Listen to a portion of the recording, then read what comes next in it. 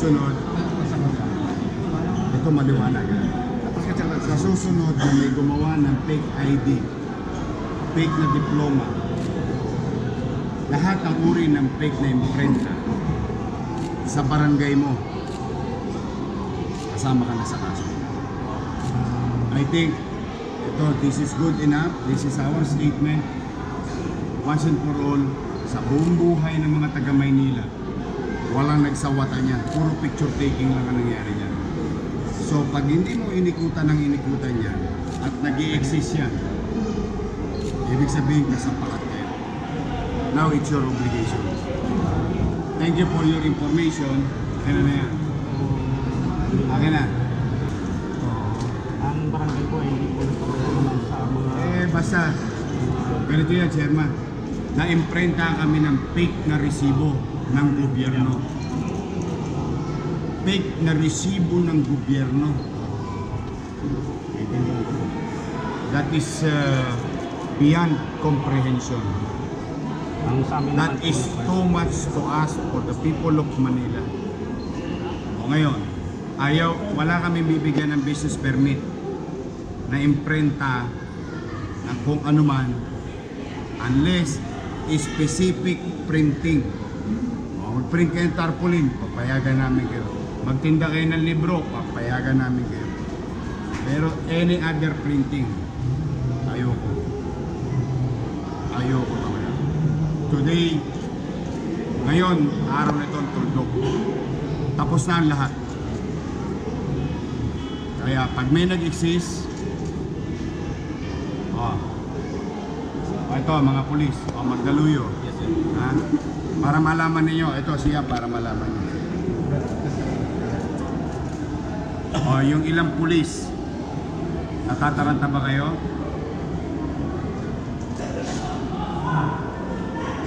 Tulad ng dati, bibigyan ko pa kayo ng isang pagkakataon. Kayong mga patong na pulis Maynila, pulis Maynila, kayong mga patong dito sa rekto, ngayong araw na itong katapusan,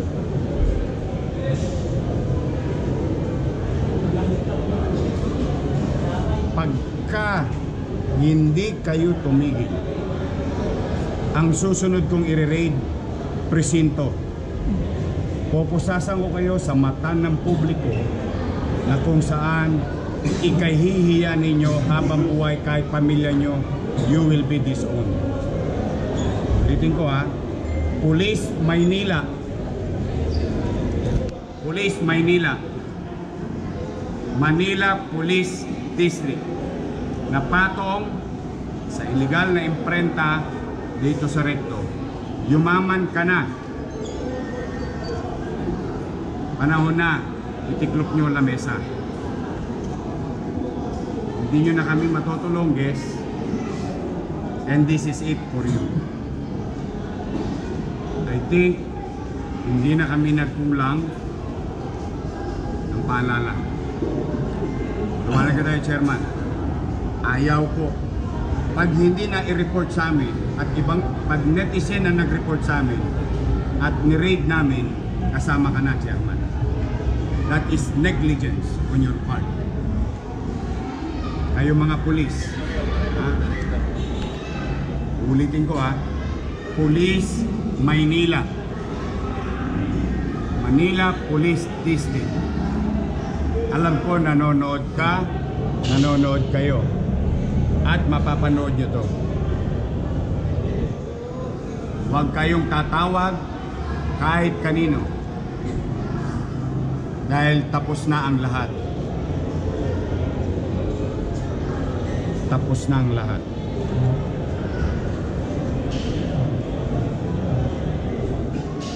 Mahal nyo naman ang buhay nyo. Kinahin nyo na lahat, oh. Distance lang. Ayun lang kami. Ayun lang kasama. Saan? Atras lang konti, boss. Atras tayo konti para maluwag. Atras tayo konti. Ba't ka nandito? Nakapwesto ka saan? Saan? Ba't ka nandito? Atras daw, atras daw. Atras pa. Boss kayo.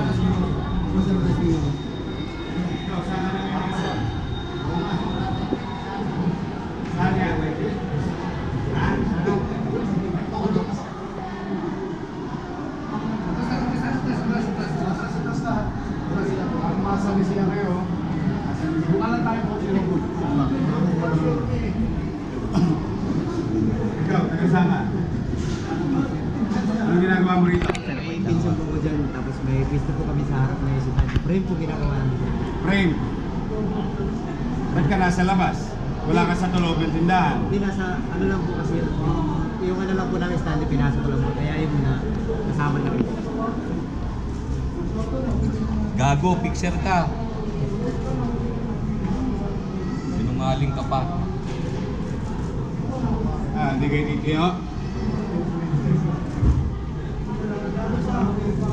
Sino nahulihan ng mga may makina? Sir, meron tayo Junior, sino dito yung nahulihan ng may makina? Yung mismo. Wala na yung boss. Bali, ito yung mga target natin. 2 beses na natin. Mga nagtakbuhan na yun. Saan nyo nakuha to? Mga recto dito sa gawa mismo. Yung mga may-ari ng makina. Sino dito? Sino dito yung mismong nandun sa makina? Nagpiprenta ng ID, nagpiprenta ng kung ano-ano. Ano yun. Ano tayo nakasunod. Ito, 2 beses na natin.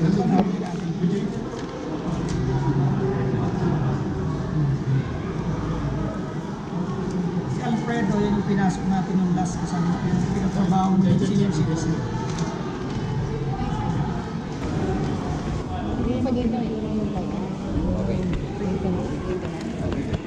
Okay. So, Yorme, dekada na po kasi ito, matagal na tong sistema dito sa Recto University na nga tawag ninyo. Ano pong reaction ninyo sa nangyayari? Well, yung gambalain namin sila. At hindi picture taking lang. I think they should know already. Dapat na nilang maunawaan na may bago ng gobyerno ng Maynila. Saka huwag kayong mag-alala. Isusunod ko rito i-raid police station. Pwedeng nasa United Nations yung police station, pwede nasa presinto. Kaya ako nagbababala sa inyo mga pulis. Kakapal na mukha nyo. Imbes na hulihin ninyo illegal, pumapatong pa kayo. Para malaman ninyo, yung patong ninyo, ang kinukuha na nila, resibo na ng gobyerno. Yun yung pambibigay kong allowance sa inyo. Dinoble na ng Pangulo ng Bansa ang sweldo nyo. May allowance pa kayo sa syudad. Binibigay ko yung ano yung dapat sa inyo. Pati ba naman fake ID, fake na resibo, patong pa kayo? Ano kayo, wala kayong kapatawaran? Basta ngayon, tabla-talo tayo. Kalimutan tayo. Start all over again. You stop today, you stop tomorrow, you stop for lifetime. As long as I'm mayor of Manila, you stop or change your habit. I will give you that opportunity. We know you, we will find you, and you will not like it. You will not. Police Maynila. Uulitin ko paulit-ulit ko na sinasabi. Police Maynila. Hindi kayo lahat. Wala na tayong maging pusong mamon. Huwag na tayo magbalat sibuyas. Basta sinasabi ko, Police Maynila. Yung mga matitinong pulis, huwag nyo tutularan yung kabaro ninyo. Huwag nyo tutularan. Hindi matitigil itong nasa Recto. Yorme, yung paulit-ulit yung sinasabi na Police Maynila, ilan po ba ang tinutukoy ninyo? Basta Police Maynila. Marami po ba sila? 10? Yes, marami sila. Sir, nakausap niyo po kanina yung barangay chairman. Ano po yung comment niyo tungkol dito? Susunod siya na kasama. Nagpaliwanag po ba siya sa inyo? Bakit nagpo-proliferate yung ganito? Pag ito naulit, na-report sa amin na netizen, may naganap dito. Nahuli namin. O kasama na siya, kasapakat. Because of negligence. And I think, this is now a commitment. Sa lahat na nagtitinda ng notebook, libro, o ano-anong tindahan dyan sa rekto. Kung ayaw nyong madamay, isara namin kayo. Kung kayo ay legitimate business lang, huwag kayo magpapapasok ng picture, huwag kayo gagamit ng mga imprentang nag-iimprenta ng ID, dahil hindi nyo yan trabaho. Trabaho ng gobyerno mag-issue ng ID ng gobyerno. Huwag kayo mag-iimprenta ng resibo ng gobyerno para gawin sa kawalang yan. Hindi nyo yan trabaho, hindi nyo yan negosyo. Pag yan ginawa ninyo, wala na kayong negosyo sa Maynila. Yorme, back doon sa Police Maynila, ano pong naging basis para sa maintindihan ng mga viewers? Ano pong naging basis nyo doon sa... Remember last week? Simple naman siniyasat. Parang vendor lang yan eh. Pag inalaw mo, sa hindi allowed, may kumita. Huwag ka nang lumayo. 5-5 pulis, di ba? Nasaan ang picture? O sa mga nanonood, nasaan ang picture? Nasa kalye. Ay, araw-araw hindi nila nakita. O meron lang silang tinitingnan sa tinititigan. Meron silang pinandidilatan at pinipikitan. Kaya, start all over again. Isa na lang ako Start all over again. Panahon na masawata ang university, Recto University. Today, tuldok. Sumigi pa kayo. Sir, first time nakita kayo on TV na medyo mainit ang ulo. Hindi illegal yan usually yung inyong demeanor eh. Bakit? Bakit hindi? Resibo ng pamalang lungsod ng Maynila. Galit na galit kayo sa politikong magnanakaw. Yung politikong magnanakaw, namumursyento lang. Ito, tinitira buong kaban. Resibo. Ang maapektuhan dito, pangkalahatan. Ay kung lahat ang resibo ng gobyerno ng Maynila, pineke, ano ibibili kong paracetamol? Naghihikaw sa nga kung mamali mo sa taong bayan. May magawa lang ka. O ngayon, basta panahon na. Panahon na.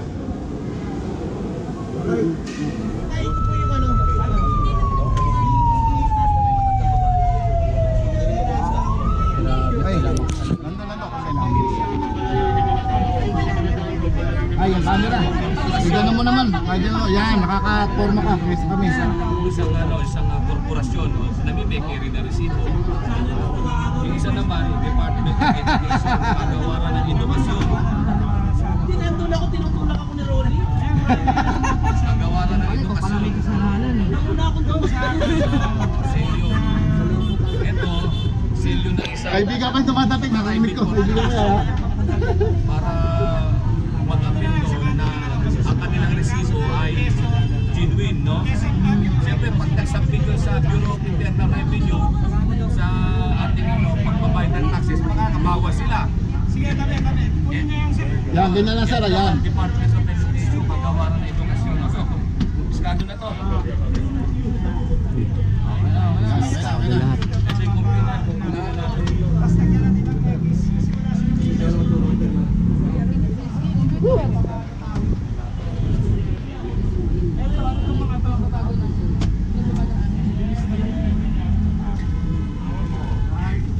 Sana. Ayan. Yun. Ano lang to? Tigit pa. Next. Ayun. Kala ko naman.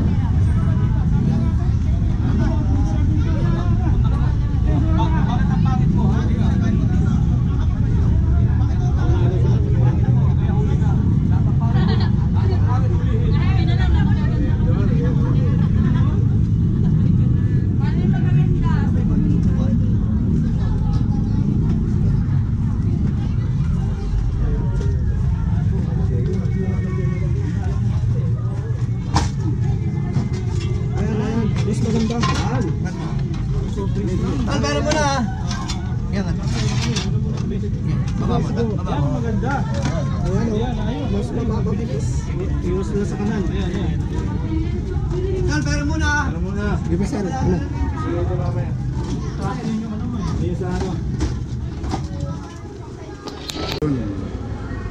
You don't want to go to that. Yun naman ako. I'm just being fair to anybody. Just trying to make a point. Ang lahat ng bagay may katapusan.